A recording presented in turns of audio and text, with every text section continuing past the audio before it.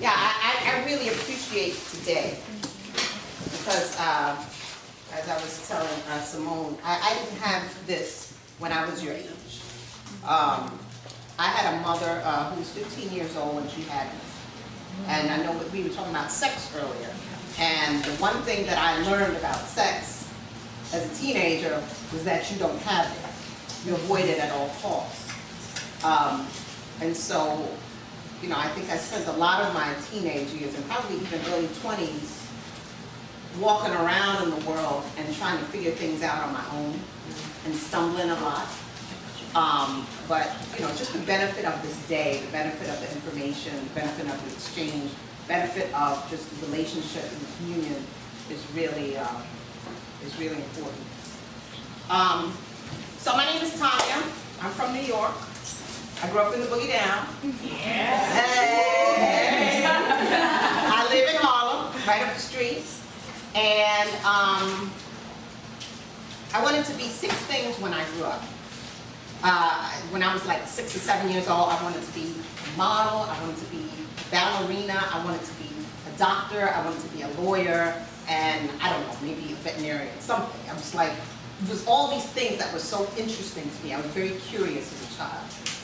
And once I got older, I realized that the one thing that I could choose to be with my life can encompass all of those things, and that was being an actor. That was being a creative person. But what I realized too was that, you know, whatever choice or route in the arts that I decided to take, because I was actually originally a writer. I'm going to, you know, talk to you a little bit about that later, how important that is. Whatever route I decided that I was going to take in my life, that the arts was going to be integral to my development. It is just as important as it's vital to your life. Self-expression is vital to your life. You know, there are a lot of people in the world that I see, and you know, sometimes a career in the arts is very, very difficult.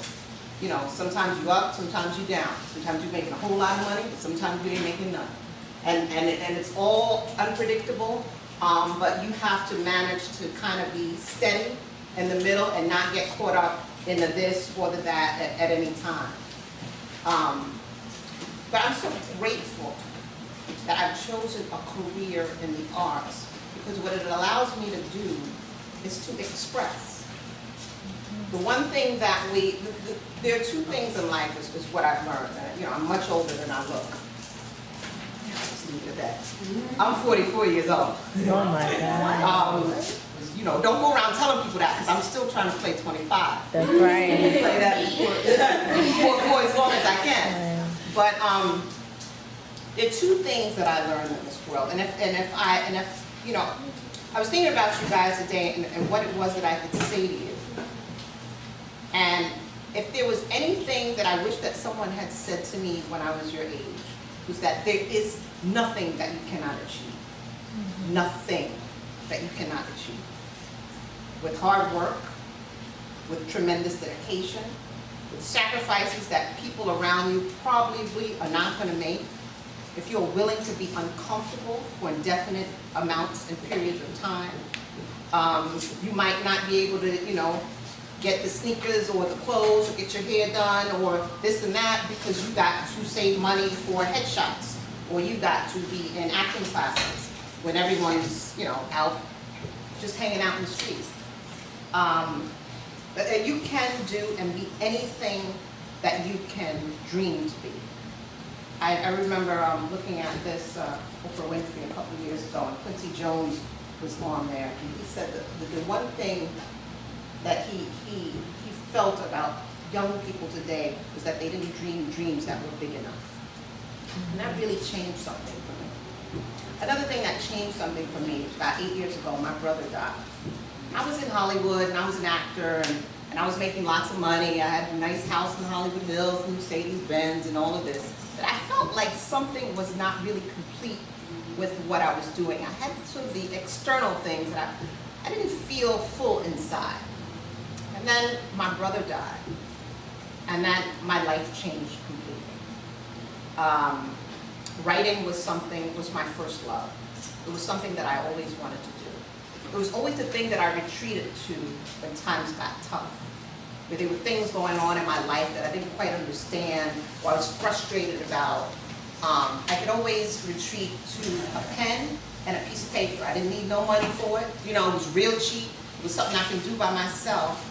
And I realized that when I gave myself the ability to express myself, you know, just dump everything that I felt inside on a piece of paper, that I felt, I had a little bit better perspective about things.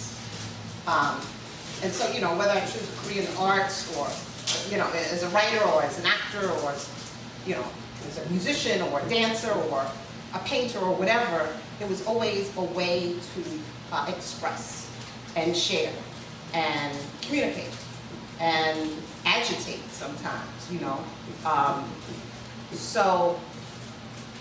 And what I realized is that I wanted to tell you guys that because no one told me that when I was your age. And it's a very important thing to know and to learn so that you understand and realize and appreciate how truly powerful you are. We all come in, you know, to this world and this planet with the equal ability to create. And there's another thing in life that you're never going to be able to change, and that is change. I had no idea that my brother was going to die 8 years ago, and that my life would change so much. I had no idea that I would be in New York. I had no idea that I was going to be an actress. When I was your age, in middle school, and elementary school, even high school and summer college, I was the shyest kid in the world. I used to sit in the back of class, and I would be always listening to what other people would say, and then I would think in my mind, I want to say blah, blah, blah. And then I would just be sitting there. And then ultimately somebody would say the thing that I was thinking of, and I was like, oh, I wanted to say that. And then, you know, and then as time went on, I became more confident in my ability to speak. My mother and my teacher had a conference when I was, I guess about 8 or 9, and I always used to be in the back of the class. And I'd always, you know the answer, and the teacher called my mother into a parent-teacher conference one day and said, I know Tanya always knows the answer, but she never raises her hand. Why is that? I was like, well, you know, I just didn't want to speak. But it was more than that. It was more that I didn't have the confidence to speak. And as time went on, and as I became more frustrated at people talking about the things that I wanted to talk about in class, I slowly, you know, raised my hand more and more and got the confidence. And, you know, here I am an actor. That's how I make my living. It's through my body, my speech, my voice, my eyes, my, you know, everything. I use my body to create and to express. I'd never in a million years think that I would be an actor in my life. It's you know, life is full of change. Life is full of change. Life is full of change. Unexpected things happen in life that you could never, ever imagine.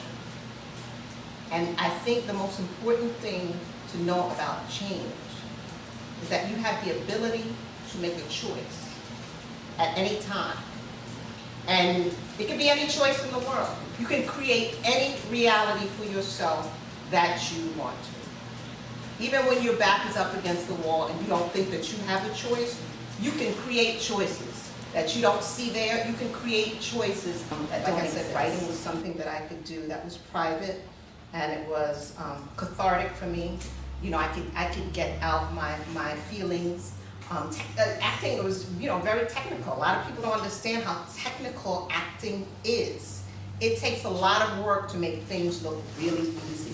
And for people to, you know, hit a mark and be in the light and make sure that they're not blocked. You know, there's so many other things that an actor is thinking about other than just delivering the line. And it, you know, it was just not a world that I was very comfortable with. So I stopped doing it and went into writing until I worked for a while here at the New York Times, and I realized that there was something about acting that, you know, kept chomping me in the back of my head. And I said to myself, I don't want to live this life thinking what could have happened if I had tried that. I'm going to go to Los Angeles and get this out of my system, be there for 6 weeks. And then I ended up staying in Los Angeles for 15 years, working predominantly on television as an actor, but writing all the while. Writing all the while, because I knew that at the end of the day, it was going to be my writing that was going to open worlds for me that were not going to be open, any other way. And so I started to write screenplays because I learned how to write them from reading so many of them.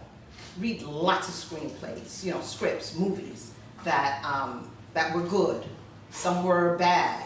Most were just sort of mediocre. But I was able to learn something from all of them.